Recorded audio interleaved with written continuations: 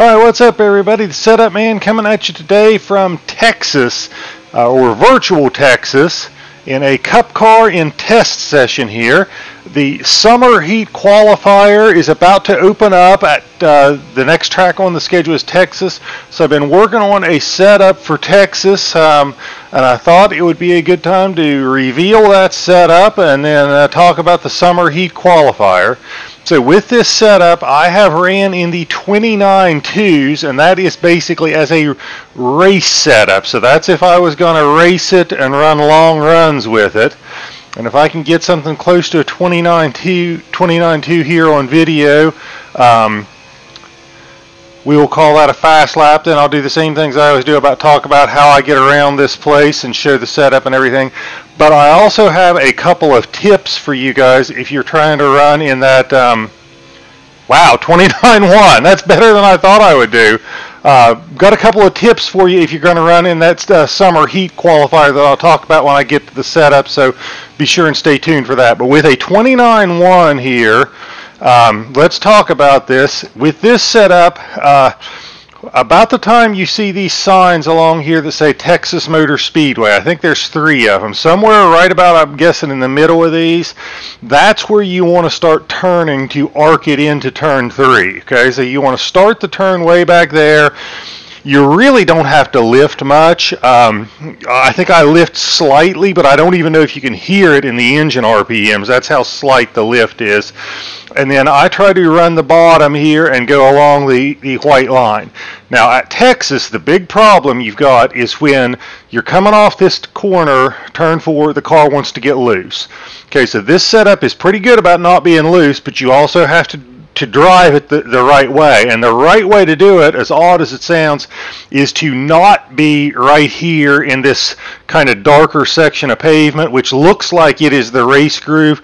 That's where you don't want to be, believe it or not. You either want to be way down here to where you are right on this white line, so you're kind of a half a groove below kind of where that colored pavement is. So you either want to be right down there, or you want to be up here and kind of be just maybe have the left side tires in that groove. Either one of those will work. But if you are in that groove, that is the spot where it is the slickest, and that is the spot where you get loose. So that is a quick tip for Texas. But coming on through here, I let the car drift out wide. About the time you get to this O'Reilly sign here, that's where you're closest to the wall. At that point, I try to start bringing it down in and try to get it down here near the apron when I start to go through the tri-oval here, or I don't know if you call it the tri-oval, the dog leg, I guess is a better word. Then I kind of run it low through here, and then I kind of set myself up to get a wide entry into turn 1. And about this O'Reilly sign, or a little bit past it, is where you start coming off the wall and arcing it into 1. I think I'm lifting about here, about where that NASCAR Cup Series sign is. On new tires, you're not quite all the way off the gas, but you're pretty close.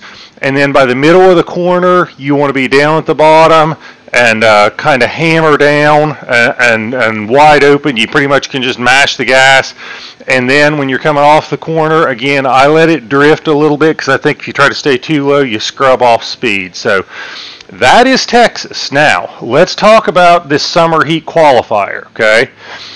The Summer Heat Qualifiers, the races are always 7% 3 times wear, okay? At 7%, that is 23 laps at Texas, okay?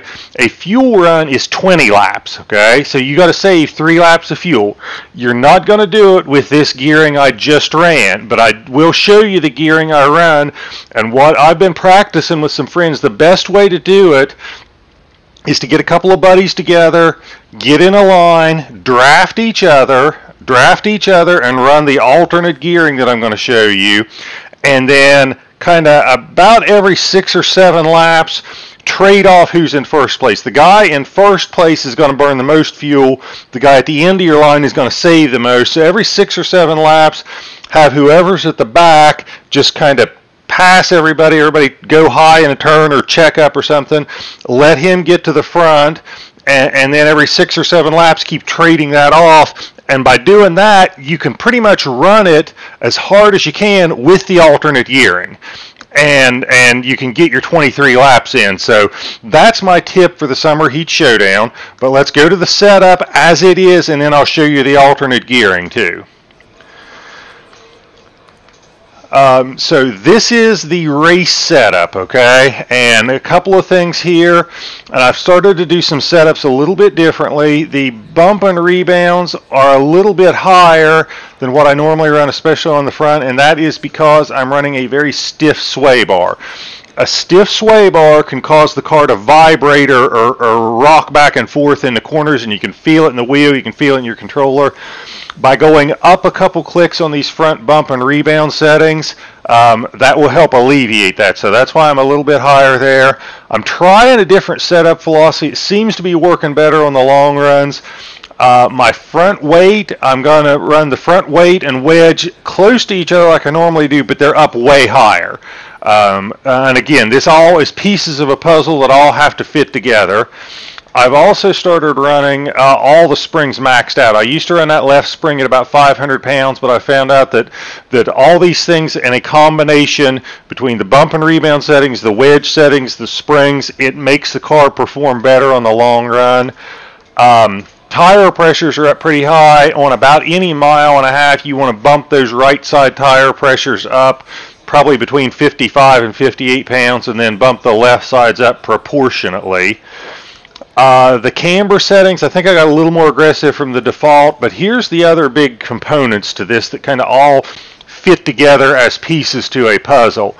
Run the stiffest sway bar I could get away with without the car really like violently shaking in the turns.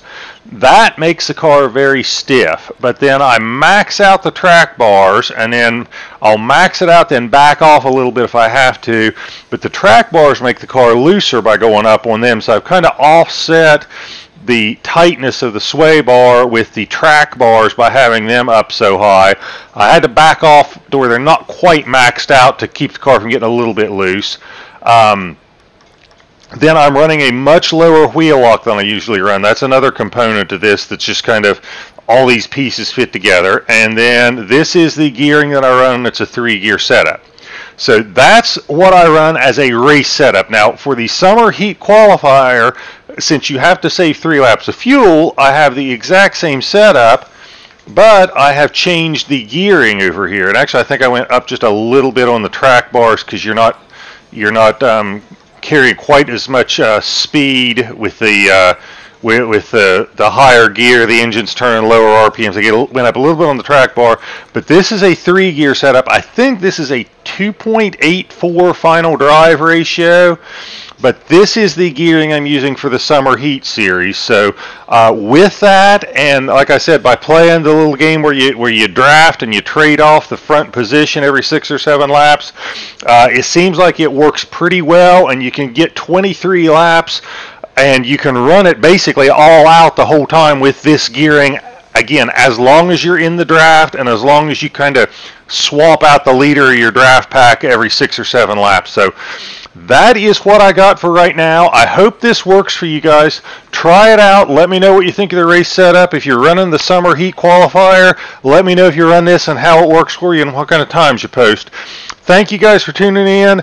Good luck. I would love for somebody to qualify into this Summer Heat Showdown, basically running my setup. That would be a huge accomplishment, both for them and would make me feel great as a setup man. So if anybody's able to run this and get into that showdown, please, please, please let me know. With that, I'll end this video and tell you guys thanks so much for tuning in. Best of luck with this, and have a great day.